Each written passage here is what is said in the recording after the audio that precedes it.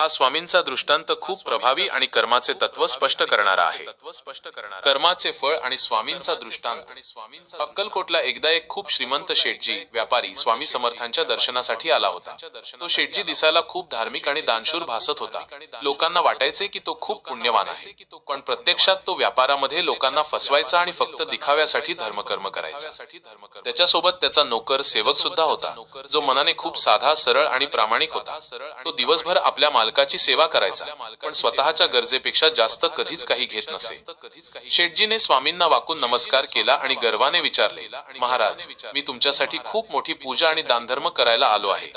माझा व्यापार, माझी धनसंपत्ती खूप वाढावी आणि मला या जन्मी खूप सुख मिळावे, यासाठी मला आशीर्वाद द्या।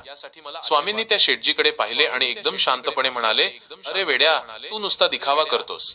तुझे कर्म इतरांना फसवण्याचे आहे, मग तुला सुख कसे मिळेल? तू जे पेरतोस तेच उगवते। आज तू इतरांच्या तळतळाटावर आपले वैभव उभे केले आहेस। तुझे दानधर्म तुला या पापापासून वाचवणार नाही। आशीर्वाद असो वा तळतळाट, दोन्ही वाया जात नाहीत। शेठजीला हे ऐकून खूप राग आला, पण स्वामींसमोर तो काही बोलू शकला नाही। त्यानंतर स्वामींनी बाजूला उभ्या असलेल्या नोकराला हाक मारली। नोकराने घाबरतच हात जोडले।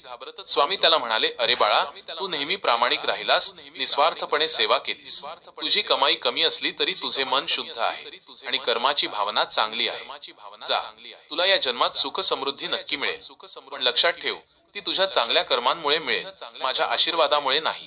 माझा आशीर्वाद तर केवळ तुझ्या कर्माच्या बळाला पाठिंबा देईल। परिणाम, काही काळानंतर असे झाले की तो शेठजी व्यापारामध्ये खूप मोठ्या संकटात सापडला। त्याचे सारे वैभव हळूहळू नष्ट झाले आणि लोकांनी त्याला फसवणुकीमुळे धिक्कारले। शेठजीला हे कर्मभोग भोगावेच लागले।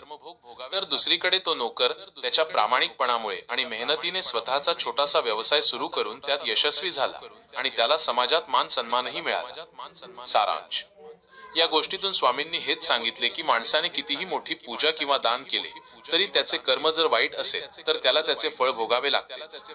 तुम्ही म्हणता त्याप्रमाणे चांगले कर्म नोकराचे असेल तर आशीर्वाद स्वामींचा त्याला बळ देतो आणि ते फळ वाया जात नाही।